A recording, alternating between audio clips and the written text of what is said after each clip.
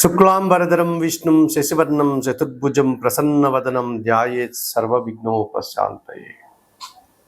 సర్వమంగళమాంగళ్యే శివే సర్వార్థ సాధకే శరణ్యే త్రయంబకే దేవి నారాయణే నమోస్తుతే. జ్యోతిషాభిమానులందరికీ నమస్కారం.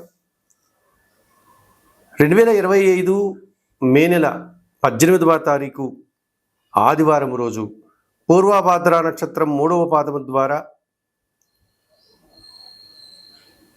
మీనరాశి నుండి రాహువు సాయంత్రం 5 గంటల ప్రాంతంలో కుంభరాశిలోనికి ప్రవేశిస్తున్నాడు. అదే రోజు అదే సమయానికి కేతువు కూడా ఉత్తర నక్షత్రం 1వ పాదము ద్వారా కన్యా రాశి నుండి సింహరాశిలోనికి సాయంత్రం 5 గంటలకు ప్రవేశిస్తున్నాడు అదే ఆదివారం రోజు. ఈ రకంగా మే 18 సాయంత్రం 5 గంటలకు రాహు మీనరాశి నుంచి కుంభరాశిలోనికి, కేతువు కన్యా రాశి నుంచి సింహరాశిలోనికి ప్రవేశించడం వల్ల రాహుకేతువులు ఇద్దరూ కూడా తమ యొక్క మార్పును ప్రారంభించడం వల్ల ఈ 12 రాశుల మీద వీటి ప్రభావం ఎలా ఉంటుంది? సహజంగానే మనము ఈ ఛాయాగ్రహాలైనటువంటి రాహుకేతువుల గురించి మనం మాట్లాడుకున్నప్పుడు ఇవి ఒక్కొక్క రాశిలో 18 నెలల పాటు అనగా 1.5 సంవత్సర కాలం తమ యొక్క ప్రయాణాన్ని కొనసాగిస్తాయి. శని భగవానుడు ఎలాగైతే 2.5 సంవత్సరం ఒక్కొక్క రాశిలో ప్రవేశించే సంచారాన్ని కొనసాగిస్తాడో, గురువు ఎలాగైతే సంవత్సర కాలం తన సంచారాన్ని ఒక్కొక్క రాశిలో కొనసాగిస్తాడు, ఈ రాహుకేతువులు మాత్రం ఈ మే 18 నుంచి 18 నెలలు అనగా 1.5 సంవత్సర కాలం రాహువు కుంభరాశిలో, కేతువు సింహరాశిలో తమ యొక్క సంచారాన్ని కొనసాగిస్తారు. సహజంగా రాహువు గురించి మనం మాట్లాడుకున్నప్పుడు ఒక పొగ వంటి ఆకారం, భయంకర రూపం, నల్లని శరీరం, వాత ప్రవృత్తి కలిగినటువంటి స్వభావం, వన సంచారం, అతిధైర్యం, సాహసం, పదవి వ్యామోహం, జూదం, గ్యాంబ్లింగు, దురాశ, అత్యాశ, అన్య భాషాభిమానం, అన్య దేశాభిమానం, బలాత్కారం, భ్రష్టత్వం, దొంగబుద్ధి, గొడవలు, కలహాలు, యుద్ధాలు, కేవలం ధనార్జనే ధ్యేయంగా ఉండడం, లేక పదవే ప్రధానంగా భావించడం, కుల మతాలను వ్యతిరేకించడం, సంస్కృతి సాంప్రదాయాలను త్యజించడం, ఇటువంటి ఈ లక్షణాలన్నీ ఈ రాహువుకు ఉంటాయి. గంగాస్నానం, పితృతర్పణాలు, మరణాలు, శ్మశాన భూములు, ఇటువంటి స్వభావం కలిగినటువంటి ఈ రాహువు ఇప్పుడు కుంభరాశిలోనికి ప్రవేశించాడు.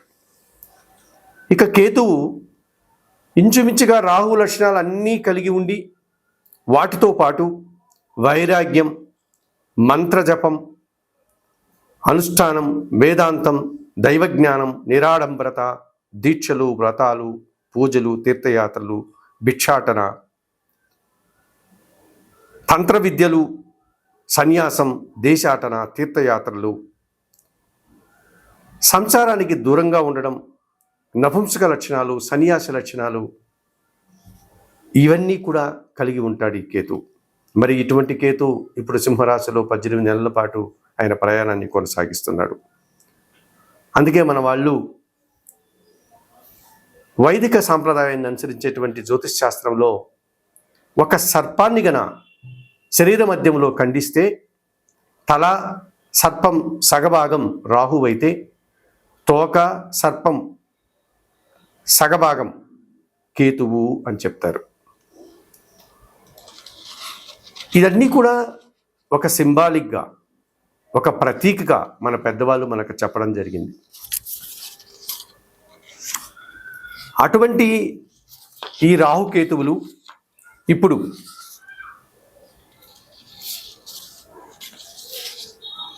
కుంభరాశిలో రాహువు,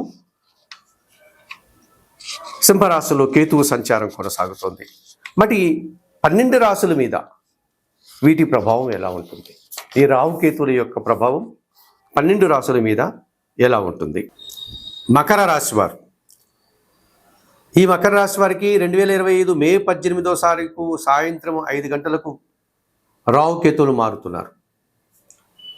2025 మే 18 సాయంత్రం 5 గంటలకు ఆదివారం రోజున రాహు మీనరాశి నుంచి కుంభరాశిలోనికి ప్రవేశించి 1.5 సంవత్సర కాలం అక్కడే ఆయన ప్రయాణాన్ని కొనసాగిస్తాడు. అలాగే 2025 మే 18 ఆదివారం సాయంత్రం 5 గంటలకు కన్యారాశిలో ఉన్నటువంటి కేతు సింహరాశిలోనికి ప్రవేశించి 1.5 సంవత్సర కాలం పాటు సింహరాశిలోనే ప్రయాణాన్ని కొనసాగిస్తాడు. ఇటువంటి రాహుకేతువుల మార్పు సంచారం వల్ల మకర రాశి వారికి ఎటువంటి ఫలితాలు రావడానికి అవకాశం ఉంటుంది? సహజంగా మకర రాశి వారికి ద్వితీయ భావంలో రాహు సంచారం కొనసాగుతోంది కుంభరాశిలో. అలాగే అష్టమ భావంలో సింహరాశిలో కేతు సంచారం కొనసాగుతోంది. ఇది కాలసర్పదోషం. మకర రాశి వారికి ద్వితీయ భావంలో రాహు సంచారం కొనసాగించడం వల్ల మీ మాటల వల్ల ఎదుటివారు అపార్థాలు చేసుకోవడం, అభిప్రాయ భేదాలు రావడం, తద్వారా మనస్పర్ధలు వచ్చేటువంటి వాతావరణం కనిపిస్తుంది. స్నేహ బాంధవ్యాలు చెడిపోయేటువంటి వాతావరణం కనిపిస్తుంది. కుటుంబంలో దుబారా ఖర్చులు, దుబారా ఆలోచనలు, కుటుంబ సభ్యుల్ని సంతృప్తిపరచలేనటువంటి నిస్సహాయత, అధిక ఖర్చులు, అధిక శ్రమ, అధిక సమయం వృధా చేసేటువంటి వాతావరణం కనిపిస్తుంది. స్థిరాస్తుల విషయంలో అనవసరంగా ఖర్చులు చేయడం, ఆ రకంగా మీరు వృధా ప్రయాసను, శ్రమను ఎదుర్కోవాల్సి ఉంటుంది. కుటుంబ పరంగా, వ్యాపార పరంగా, విదేశీ వ్యవహారాల పరంగా మీరు అనేక సమస్యలను కొని తెచ్చుకునేవారు అవుతారు ద్వితీయ భావంలో రాహు సంచారం వల్ల. అలాగే అష్టమ భావంలో కేతు సంచారం వల్ల ఆర్థిక సమస్యలు, అనారోగ్య సమస్యలు, అనవసరమైనటువంటి కార్యక్రమాల్లో తలదూర్చి నిందలు పడ్డం, సమాజంలో ఒక చెడు వ్యక్తిగా 10 మంది మిమ్మల్ని వేలెత్తి చూపించేటువంటి పరిస్థితిని మీరు కొని తెచ్చుకుని వారు అవుతారు. ఈ రాహుకేతు దోషం మీరు ఇంట్లో ప్రశాంతంగా కూర్చున్నా కానీ ఇంటి నుంచి బయటికి లాగి మిమ్మల్ని వీధిలోకి పడవేసే విధంగా మిమ్మల్ని ఇబ్బందులు పెట్టే పరిస్థితి కనిపిస్తుంది.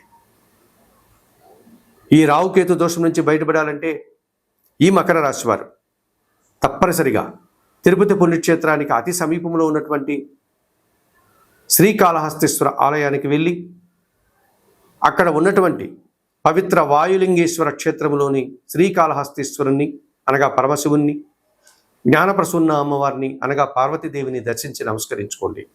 ఆలయంలో అందుబాటులో ఉన్నటువంటి ఈ రాహు కేతు పూజను నిర్వర్తించి ఈ దోషం నుంచి బయటపడేటువంటి ప్రయత్నం చేయండి.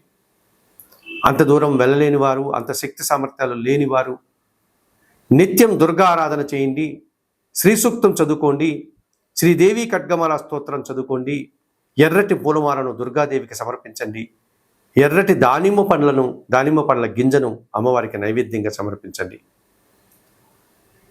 అలాగే నిత్యం కుటుంబంలోనే ఒక చిన్న గణపతిని విగ్రహాన్ని ఏర్పాటు చేసుకొని నిత్య గణపతి ఆరాధన చేయండి.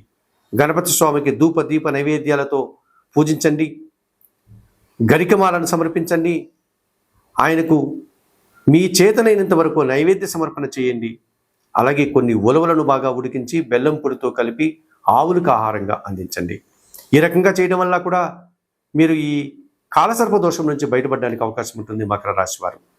మరి ఈ రాహుకేతువుల మార్పు, రాహుకేతువుల యొక్క సంచారం, ఈ ద్వితీయంలో రాహువు, అష్టములో కేతు సంచారం వల్ల ఈ కాలసర్ప దోషం నివారణ కోసం చెప్పిన విషయాలన్నీ స్వీకరిస్తూ పరిహారాలు పాటిస్తూ ఆయురారోగ్యాలతో ఆర్థిక అభివృద్ధిని పొందాలని మకర రాశి వారిని మరింతగా కోరుకుంటూ సర్వే జనా సుఖినో భవంతు.